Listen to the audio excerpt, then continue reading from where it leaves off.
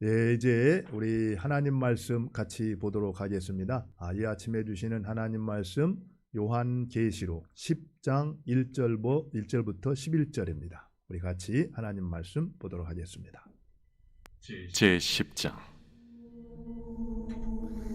내가 또 보니 힘센 다른 천사가 구름을 입고 하늘에서 내려오는데 그 머리 위에 무지개가 있고 그 얼굴은 해 같고 그 발은 불기둥 같으며 그 손에는 펴놓인 작은 두루마리를 들고 그 오른발은 바다를 밟고 왼발은 땅을 밟고 사자가 부르짖는 것 같이 큰 소리로 외치니 그가 외칠 때에 7 우레가 그 소리를 내어 말하더라. 7 우레가 말을 할 때에 내가 기록하려고 하다가 곧 들으니 하늘에서 소리가 나서 말하기를 7 우레가 말한 것을 인봉하고 기록하지 말라. 내가 본 바 바다와 땅을 밟고 서 있는 천사가 하늘을 향하여 오른손을 들고 세세토록 살아계신 이 곧 하늘과 그 가운데 있는 물건이며 땅과 그 가운데 있는 물건이며 바다와 그 가운데 있는 물건을 창조하신 이를 가리켜 맹세하여 이르되 지체하지 아니하리니 7째 천사가 소리내는 날 그의 나팔을 불려고 할 때에 하나님이 그의 종 선지자들에게 전하신 복음과 같이 하나님의 그 비밀이 이루어지리라 하더라. 하늘에서 나서 내게 들리던 음성이 또 내게 말하여 이르되 내가 가서 바다와 땅을 밟고 서 있는 천사의 손에 펴놓인 두루마리를 가지라. 하기로 내가 천사에게 나아가 작은 두루마리를 달라 한즉 갖다 먹어버리라. 내 배에는 쓰나 내 입에는 꿀같이 달리라. 내가 천사의 손에서 작은 두루마리를 갖다 먹어버리니 내 입에는 꿀같이 다나 먹은 후에 내 배에서는 쓰게 되더라. 그가 내게 말하기를 내가 많은 백성과 나라와 방언과 임금에게 다시 예언하여야 하리라. 예, 한국 최초의 개신교 순교자 누군가요? 여러분들 아시나요? 로버트 저메인 토마스 선교사님이시죠. 토마스 선교사님은 원래 중국에서 사역을 하셨습니다. 중국에서 사역을 하다가 이제 이 천주교의 기독교 박해 소식을 전해 들어요. 그러면서 조선의 이제 선교의 뜻을 이제 품게 됩니다. 그리고 중국에서 한국말을 이렇게 배우는 가운데 한국에 들어갈 조선에 들어갈 기회를 엿보고 있었는데 마침 제너럴 셔먼호라는 그 배가 이제 한국에 들어간다라는 소식을 듣고 통역관 자격으로 그 배에 승선을 하게 됩니다. 그리고 우리가 아는 대로 제너럴 셔먼호가 대동강을 따라서 이제 이렇게 한국에 들어왔죠. 그런데 그때만 해도 쇄국 정책으로 인해서 외국 상선이 들어오는 것을 금할 때였습니다. 근데 배가 들어오는 것을 이제 조선 관군들이 이제 들어오지 말고 퇴각하라고 이제 소식을 보냈어요. 그런데도 불구하고 이렇게 배가 이렇게 들어왔는데 그때만 해도 대동강이 물이 이렇게 들어왔다가 배가 이렇게 떠다닐 수 있는 상황에다가 물이 빠지게 되면은 배가 그 모래 위에 갇히게 돼가지고 움직일 수가 없었습니다. 이제 그런 상황에서 이제 조선 관군의 공격을 받고 이제 배가 불타버리게 되죠. 그러니까 그 배 안에 있었던 선원들, 이 토마스 선교사님을 포함해서 23명이 배에서 이제 내렸죠. 내린 다음에 모두 이렇게 죽임을 당하게 되는데 그때 이 토마스 선교사님이 죽기 전에 자신이 이렇게 품고 왔던 성경을 이제 이 최춘권이라는 관군에게 조선 관군에게 이렇게 전해주고 이제 순교를 하게 됩니다. 그리고 나서 모든 것들이 이제 끝난 것처럼 보였어요. 그런데 이 토마스 선교사님의 이 순교 이후에 놀라운 일들이 이제 시작되었습니다. 사실은 이 토마스 선교사를 죽였던 이 그 최춘권이라는 분은 조선 관군은 이제 그가 주었던 성경을 이제 이렇게 보면서 예수님을 믿게 됐다고 합니다. 그리고 그가 바로 이 영주교의 지도자가 됐어요. 그리고 그 바로 그의 조카였던 이영태라는 이 그 조카는 또 예수님을 믿고 난 다음에 한국어 성경 3분의 2를 번역하는 데 결정적인 역할을 했다고 합니다. 근데 그뿐 아니라 그 모습을 멀리서 이렇게 지켜보고 있던 12살 먹었던 최치량이라는 소년이 이제 그때 이 한글 성경이 아니라 한문 성경 3권을 이렇게 가지고 갔대요. 가지고 갔는데 워낙 박해가 심하니까 내색을 못하다가 박영식이라는 사람한테 한 권을 전해줬다 그래요. 그러니까 박영식이라는 사람이 그걸 가지고 와가지고 종이 질이 좋잖아요, 그죠? 성경이니까. 그러니까 다른 데는 쓸모없을 것 같아가지고 벽지로 썼답니다. 그 벽에다가 다 그걸 가지고 도배를 했는데 그 벽에 도배를 해놓고선 누워서 이렇게 그 내용을 하나씩 읽다가 예수님을 이제 믿게 됐다라는 거예요. 그리고 채치량도 마찬가지고요. 그래서 그러고 난 다음에 얼마가 시간이 지난 다음 그 성경으로 도배했던 그 집이 바로 이 평양 최초의 교회가 되었던 널다리골 교회가 되었다고 합니다. 우리가 이 말을 이런 것들을 통해서 보면은 실제로 토마스 선교사는 자기의 입을 열어가지고 구체적으로 복음을 소개하지는 않았잖아요. 그렇지만 하나님의 말씀을 접촉했던 사람들은 변화되기 시작을 했다라는 겁니다. 말씀이 능력이 있다라는 것을 우리는 선교 역사를 통해서 얼마든지 이제 배울 수가 있죠. 우리가 늘 고민이 있잖아요. 어떻게 바뀔 수가 있는가? 어떻게 사람이 변화될 수가 있는가? 이런 것들이 이제 어떤 우리의 고민이기도 한데 우리가 선교 역사를 봤을 때 하나님의 말씀에 사람을 변화시키는 능력이 있다. 그것도 하나님과 올바른 관계로 건강한 관계로 회복시키는 능력이 있다. 이런 것들을 우리가 기억할 수가 있습니다. 그런 의미에서 우리가 한 해를 마무리하고 새해를 이렇게 준비하는 이때 정말 우리의 삶을 돌아보면서 우리가 주님이 기뻐하는 모습으로 변화되어야 되는데 무엇이 나를 바꿀 수가 있는가? 이런 것들을 한번 오늘 말씀을 듣는 가운데 마음에 돌아보는 우리 모두가 되었으면 좋겠습니다. 이제 오늘 말씀은 이제 이 계시록 10장이잖아요. 지난 시간 우리가 살펴본 게 6번째 재앙까지를 살펴봤어요. 그런데 이제 7번째 재앙은 어디에 나오냐면은 11장 15절에 나옵니다. 그러면 보통 6번째 재앙이 끝나고 바로 이제 7번째 나팔 재앙이 시작돼야 되는데 그 사이에 이제 틈이 있는 거예요. 그래서 바로 10장부터 11장 13절까지 그 내용을 삽입이다 이렇게 말을 합니다. 우리가 쓴 이 요한계시록을 보면은 지금 우리는 요한계시록 전체의 몸통이라고 볼 수 있는 뭘 보고 있죠? 7 재앙 시리즈를 보고 있잖아요, 그죠? 첫 번째는 7 인의 심판이 있었고, 그 다음에는 7 나팔의 심판이 있었고, 그 다음에 7 대접의 심판이 있는데, 우리는 지금 어디까지 왔냐면은 7 인의 심판을 지나서 7 나팔의 재앙 가운데 첫째, 둘째, 셋째, 넷째, 다섯째, 여섯째가 지나고 어디를 가고 있습니까? 7번째 나팔 재앙이 불기 전에 지금 위치하고 있는 거예요. 그래서 6번째 재앙이 끝나고 7번째 재앙이 시작되기 전 그 사이에 삽입되어 있는 본문을 지금 우리가 보고 있다 이렇게 볼 수가 있죠.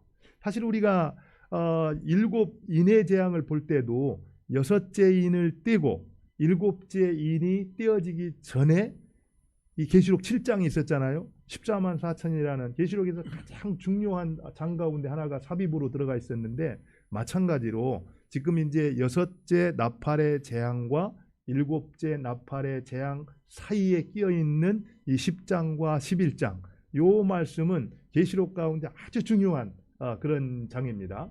그런데 사실은 이 2장 내용이 정말 난해해요. 그래서 보통 우리가 이단들 얼마 전에 제가 신천지를 만났을 때도 거기서 주장하는 것이 2 증인을 이제 누구라 이렇게 얘기를 하거든요.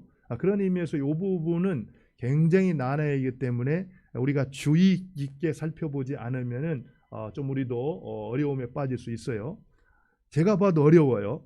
또 계속 보면서도 이렇게 참 쉽지 않다 이런 생각이 드는데 그런데 중요한 것은 이 10장과 11장의 그 말씀을 통해서 가르쳐주는 그 교훈과 가르침은 아주 단순합니다. 그렇기 때문에 너무나 분명하게 우리가 이해할 수 있다는 거예요. 그래서 너무 깊이 이게 단어 하나하나를 들어가서 이게 뭐냐 그렇게 따지기 시작하면은 끝이 없지만 그러나 본문을 읽으면서 하나님께서 본문을 통해서 우리에게 말씀하시고자 하는 뜻이 무엇인가, 그것을 우리가 붙들 수만 있다면은 이 말씀을 준 하나님의 뜻을 이루는 겁니다. 그런데 그 본문을 통해서 가르쳐주는 의미는 아주 단순하다라는, 분명하다라는 겁니다. 그 내용을 우리가 같이 한번 살펴보도록 하겠습니다. 먼저 우리 1절부터 내용을 볼까요? 지난 시간에 우리가 9장 마지막 20절과 21절에서 여섯째 재앙을 이제 경험해 가지고 땅에 있는 자들, 불신자들 3분의 1이 죽임을 당하잖아요. 근데 3분의 1이 죽임을 당하고 났으면은 살아남은 자들은 어떻게 해야 됩니까? 정신을 차리고 회개를 했어야 되는데, 우리가 지난주 마지막 20절과 21절을 봤을 때 회개하는 사람이 있었다고 했습니까? 없었다고 했습니까? 회개 잘했다고 그랬어요. 도리어 더 강박해져 가지고 우상을 더 열심히 섬겼다, 이렇게 나오고 있습니다. 근데 그 내용에 대해서 이제 오늘 이제 1절부터 쭉 이제 소개를 하고 있거든요. 한번 같이 한번 보도록 하겠습니다. 1절을 같이 한번 읽죠. 시작. 내가 또 보니 힘센 다른 천사가 구름을 입고 하늘에서 내려오는데 그 머리 위에 무지개가 있고 그 얼굴은 해 같고 그 발은 불기둥 같으며.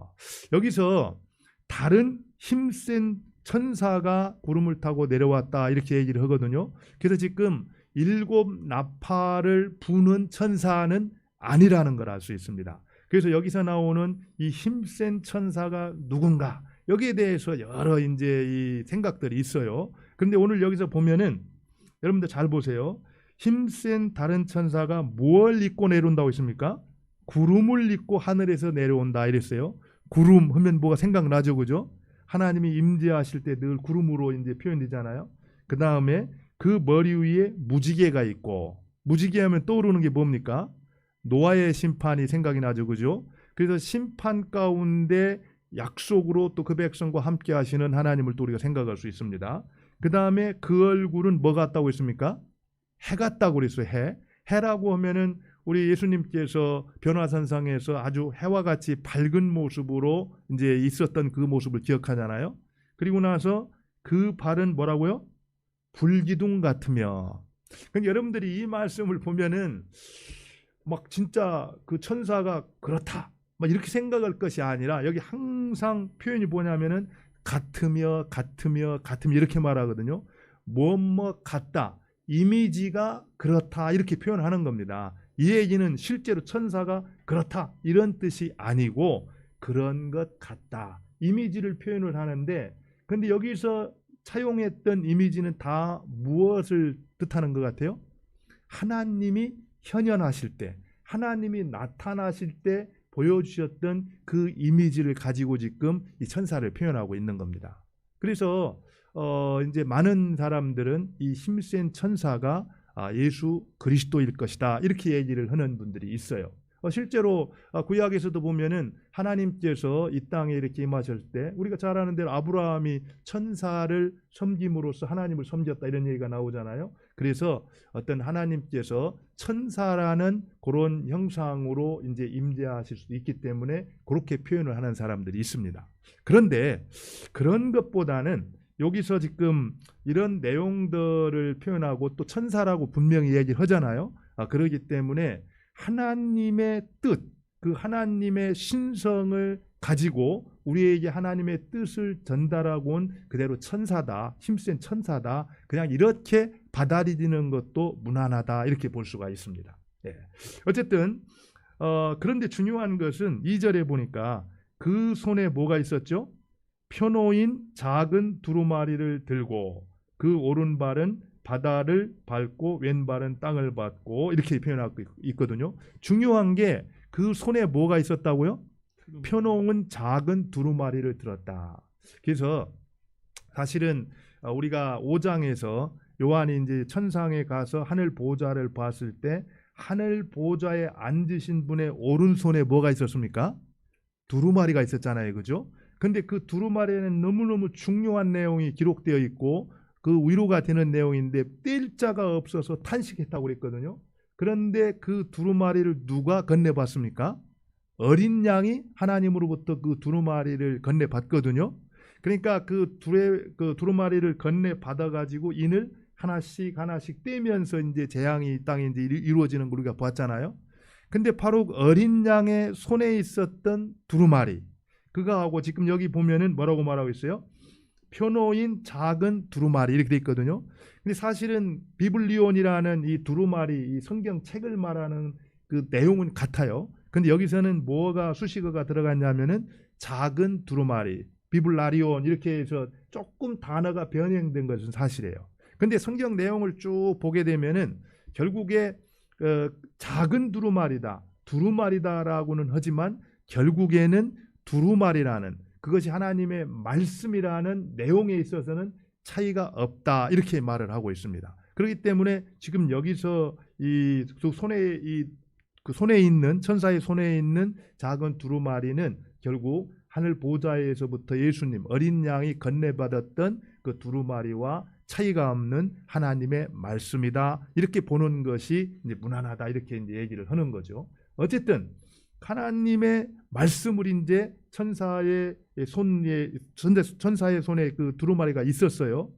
그런 모습을 보고 있는데 3절에 사자가 부르짖는 것 같이 큰 소리를 외치니 그가 외칠 때 뭐가 났습니까?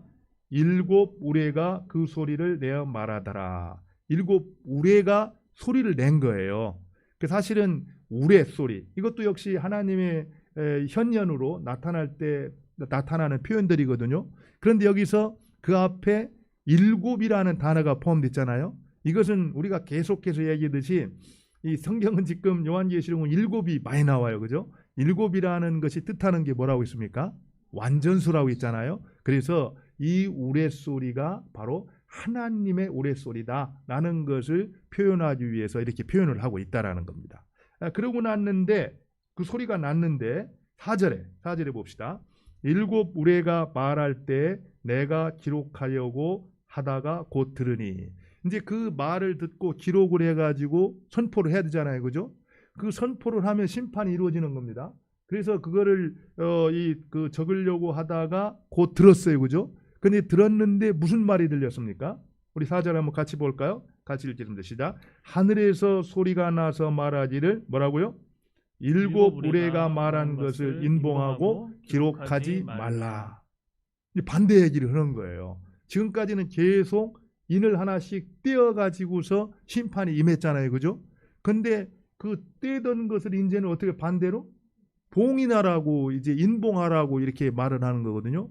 이 얘기는 지금까지 재앙이 내려졌는데 내려지던 그 재앙을 멈추겠다라는 뜻입니다. 그것을 이제 취소하겠다라는 뜻이에요. 이게 무슨 얘기냐면은 여러분들 잘 보세요. 제가 서론에서 6번째 재앙이 임했을 때 이 땅에 있는 3분의 1 불신자들이 죽임을 당했잖아요. 그죠? 그런데 그들이 그런 놀라운 참혹한 심판을 보면은 회개하고 돌아섰어야 되는데 우리가 이 9장 20절과 21절에서 보았더니 어떻게 했습니까? 회개하지 않을 뿐만 아니라 오히려 강팍해져 가지고 우상을 숭배했다 그랬거든요. 이 얘기를 통해서 이제 아신 겁니다. 심판 가지고서는 사람이 회개하고 돌아오지 않는다라는 걸 아는 거예요.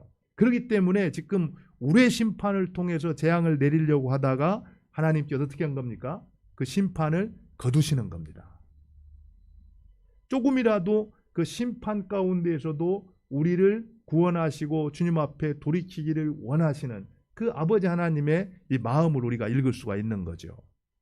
그런데 중요한 것은 그냥 그 하나님이 정해놓았던 종말, 이제 즉 여기서 우리의 심판과 하나님께서 역사의 주관자로서 마지막 종말에 임하기로 했던 그 최후 심판, 예수님의 재림을 통해서 이루어지는 그 최후 심판의 시간표는 어때요?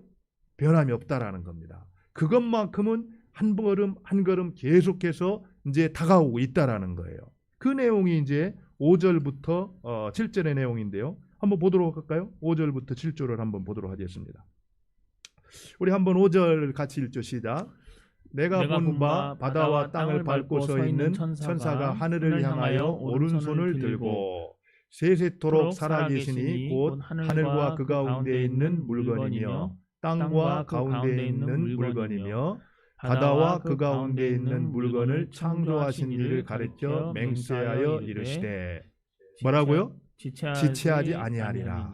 여기서 보면은 이제 그 천사가 모든 만물을 창조하신 그 하나님 앞에서 맹세를 해요. 그 얘기는 그 하나님의 주권을 인정하면서 하나님의 주권 속에서 마지막 이 땅에 임하기로 했던 그 최후 심판, 예수 그리스도의 재림으로 말미암아 마지막 심판이 이루어지는 그 심판은 어떻게 된다고요?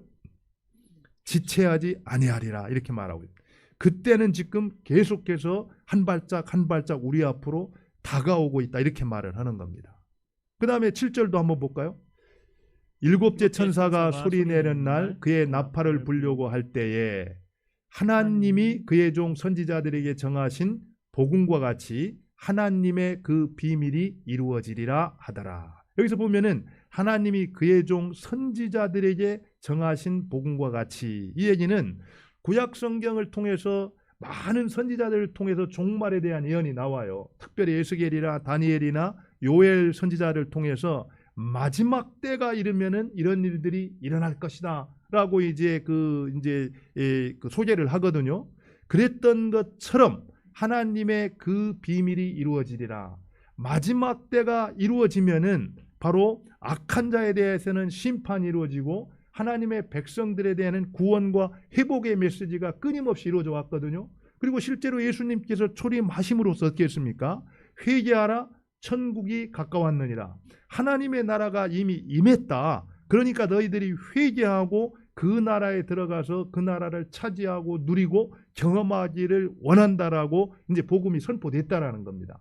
그랬던 것처럼 이제 그 뜻이 완성되는 그 때가 이제 지금 다가오고 있다 이렇게 말하고 있는 겁니다. 그러니까 두 가지를 잘 생각을 하면은 앞에서 아무리 심판을 내려도 회개치 않는 그 강팍한 마음, 그래서 어떻게든지 돌이켜야 되는데 그래서 심판을 내렸더니 심판 가지고는 안 되더라. 그래서 이제 잠시 우리의 심판을 어떻게 했어요?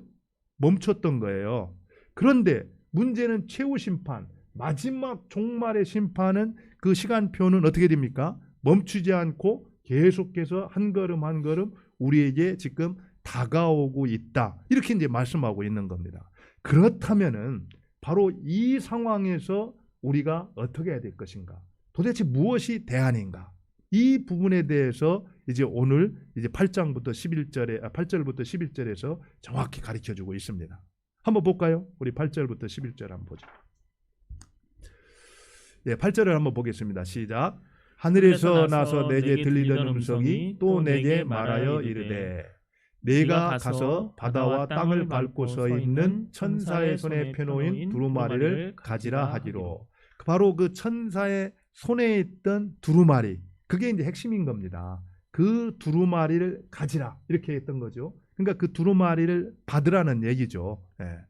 그러면서 그게 끝나는 게 아니라 그 다음에 뭐라고 말합니까? 한번 볼까요? 예. 내가 천사에게 나아가 작은 두루마리를 달라 한즉 천사가 이르되 갖다 먹어버리라 이렇게 말합니다. 천사가 이 두루마리를 달라 하면 건네주면 되는데 갖다 뭐라고요? 먹어버리라 이렇게 말을 해요. 내 배는 쓰나 내 입에는 꿀같이 달리라 하거늘. 그 다음에 뭐라고 했습니까? 내가 천사의 손에 작은 두루마리를 갖다 먹어버리니 내 입에는 꿀같이 다나 먹은 후에는 내 배에서는 쓰게 되리라 이렇게 말을 하거든요. 여러분들 잘 보세요. 이제 결국에 사람이 변화되는 것, 특별히 사람이 회개하고 주님 앞으로 돌아오는 일, 그것은 심판으로 된다 안 된다? 안 된다라는 거예요. 믿지 않으세요?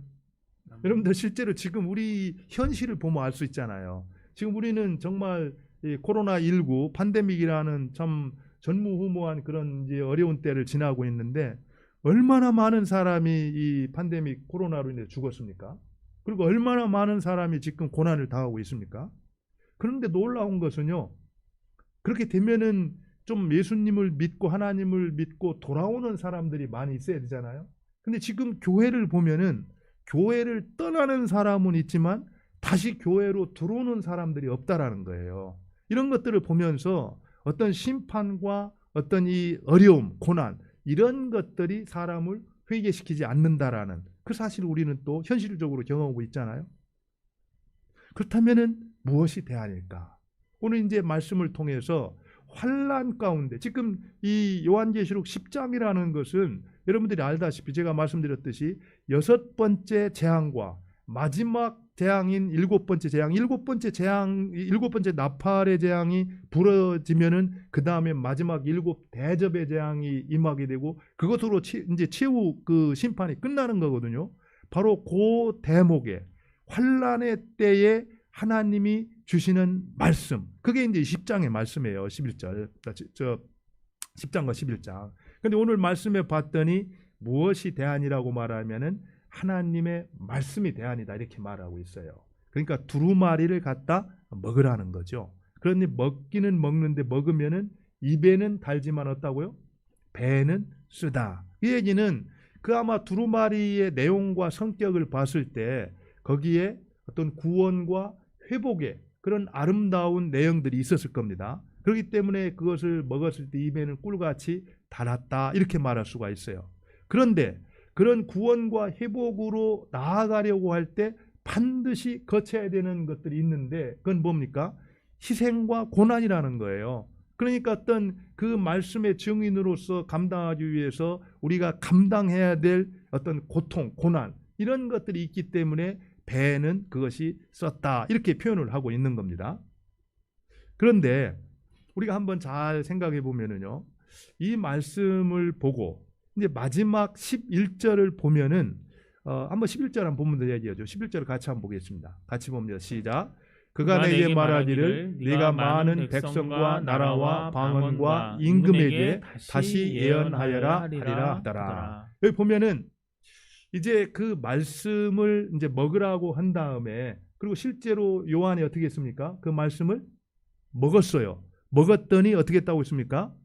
입에는 달았지만 배에는 썼다 이렇게 말하거든요.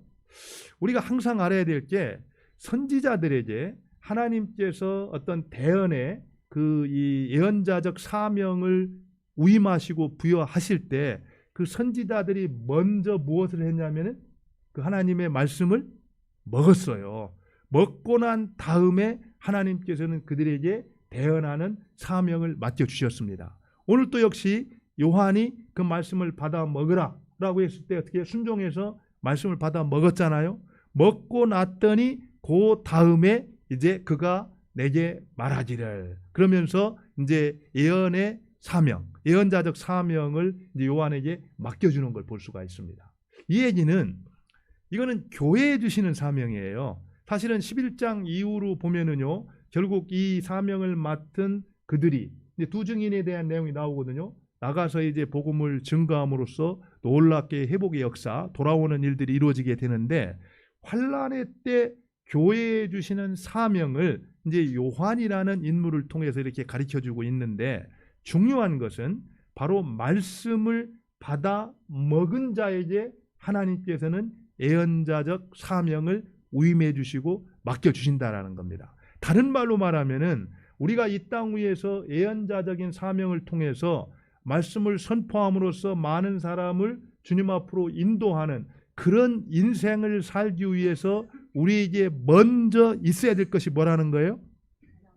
하나님의 말씀 먼저 받아 먹는 거라는 겁니다. 하나님의 말씀을 먹는 일이 없이 우리가 예언의 사명을 감당한다라는 것은 불가능하다라는 거예요. 그 실제로요, 이 에스겔서를 보면은 똑같아요. 그 내용을 제가 한번 읽어드리겠습니다. 에스겔서에 보면은 이렇게 나와 있어요. 에스겔 3장 4절과 5절인데요. 내게 이르시되 인자야 내가 내게 주는 이 두루마리를 네 배에 넣으며 네 창자에 채우라 하시기에 내가 먹으니 그것이 내 입에는 달기가 꿀 같더라. 그가 또 내게 이르시되 인자야 이스라엘 족속에게 가서 내 말을 그들에게 고하라. 먼저 말씀을 먹었더니 하나님께서 뭐라고 말했습니까? 인자야 이스라엘 족속에 가서 내 말을 전하라. 이제 사명을 부여하는 걸 볼 수가 있습니다. 사실은 저는 오늘 우리 교회가 다시 한번 이 복음 전도에 대한 사명을 오늘 말씀을 통해서 깨달았으면 좋겠다 이런 생각이 들어요. 사실은 앞에서도 얘기했지만 심판과 어떤 이 고난을 통해서 사람이 회개하지 않는다라는 겁니다. 하나님의 말씀, 생명의 말씀이 증거될 때 결국 회개하고 돌아오는 역사들이 일어난다라는 거예요. 우리 가족들도 마찬가지고 우리의 주위 있는 이웃들도 마찬가지고 친구들도 마찬가지입니다. 우리가 구체적으로 입술을 열어서 하나님의 말씀, 복음을 증거할 때 그들이 어떤 것이 잘못되어 있고 내가 어디로 돌아가야 될 것인가를 깨닫고 회개하고 돌이킬 수가 있다라는 거예요. 요즘에 사실은 우리 자녀들 봐도 그렇고 또 이렇게 쭉 지내면서 참 안타까운 일들이 많이 있잖아요, 그죠? 그런데 그래서 이것저것 방법을 사용해 보지만 참 다 이렇게 답이 아니다라는 생각을 갖게 되는데 오늘 말씀을 통해서 우리가 한 가지 깨닫는 것은 어찌 됐든지 간에 그 하나님의 말씀을 접촉할 때 거기에서 변화의 역사가 일어난다라는 겁니다. 그런 의미에서 우리가 먼저 그 하나님 말씀을 좀 부지런히 섭취하는 그런 이제 사람이 됐으면 좋겠다는 생각이 들어요. 그리고 우리가 섭취하고 그렇게 말씀에 순종해서 살아가는 모습을 보면서 또 우리 자녀들도 우리 안에 세상에서 발견할 수 없는 놀라운 능력과 권위가 있다라는 것을 또 발견할 수 있기를 바랍니다. 그럴 때 아마 우리의 자녀들 또 우리 이웃들이 우리가 전하는 말씀에 대해서 기울이지 않을까 이런 생각을 합니다. 우리 같이 한번 이 시간에 좀 그런 적용을 하면서 말씀을 맺었으면 좋겠어요. 참 올 한 해를 이렇게 돌아볼 때 얼마나 나는 하나님의 말씀을 섭취하고 먹는 일에 힘썼던가. 우리가 사실 이 매일 성경을 가지고 큐티도 하고 또 새벽기도도 하고 또 가정교회 모임에서도 쭉 나눠왔잖아요. 그런데 이것으로 충분한가? 또 사실은 그냥 그것을 한다라는 게 중요한 게 아니고 이제 말씀을 섭취한다라는 것은 오늘 요한이 보여줬던 것처럼 또 에스겔 선지자가 보여줬던 것처럼 말씀을 섭취한다는 게 뭡니까? 그 말씀을 먹는다라는 거거든요. 이 말씀을 먹는다라는 것은 단순하게 그냥 먹는다 이런 뜻이 아니라 나의 일부가 되게 한다라는 겁니다. 먹어가지고 소화를 함으로써 내 존재의 일부가 되게 하는 것을 말씀을 먹는다 이렇게 얘기를 하거든요. 그래서 그냥 단순하게 내가 성경 공부했다, 어디 모임에 참여했다 이런 것이 아니라 그 말씀을 깊이 묵상하고 그 하나님께서 말씀을 통해서 주시는 교훈이 무엇인가를 깨닫고 그 말씀을 내 삶에 적용하고 실천하고 살아감으로써 그 말씀이 내 존재의 한 부분이 될 수 있도록 그래서 늘 나와 동행하면서 무슨 일을 만나든지 그 말씀이 역사함으로써 내 인생을 이끌어갈 수 있는 그러한 묵상의 삶 이것이 이제 우리의 모습이 되었으면 좋겠다 이런 생각을 합니다. 우리 같이 한번 그렇게 기도를 하죠. 하나님 그와 같은 은혜를 우리에게 허락하여 주옵소서. 같이 합심해서 기도하겠습니다.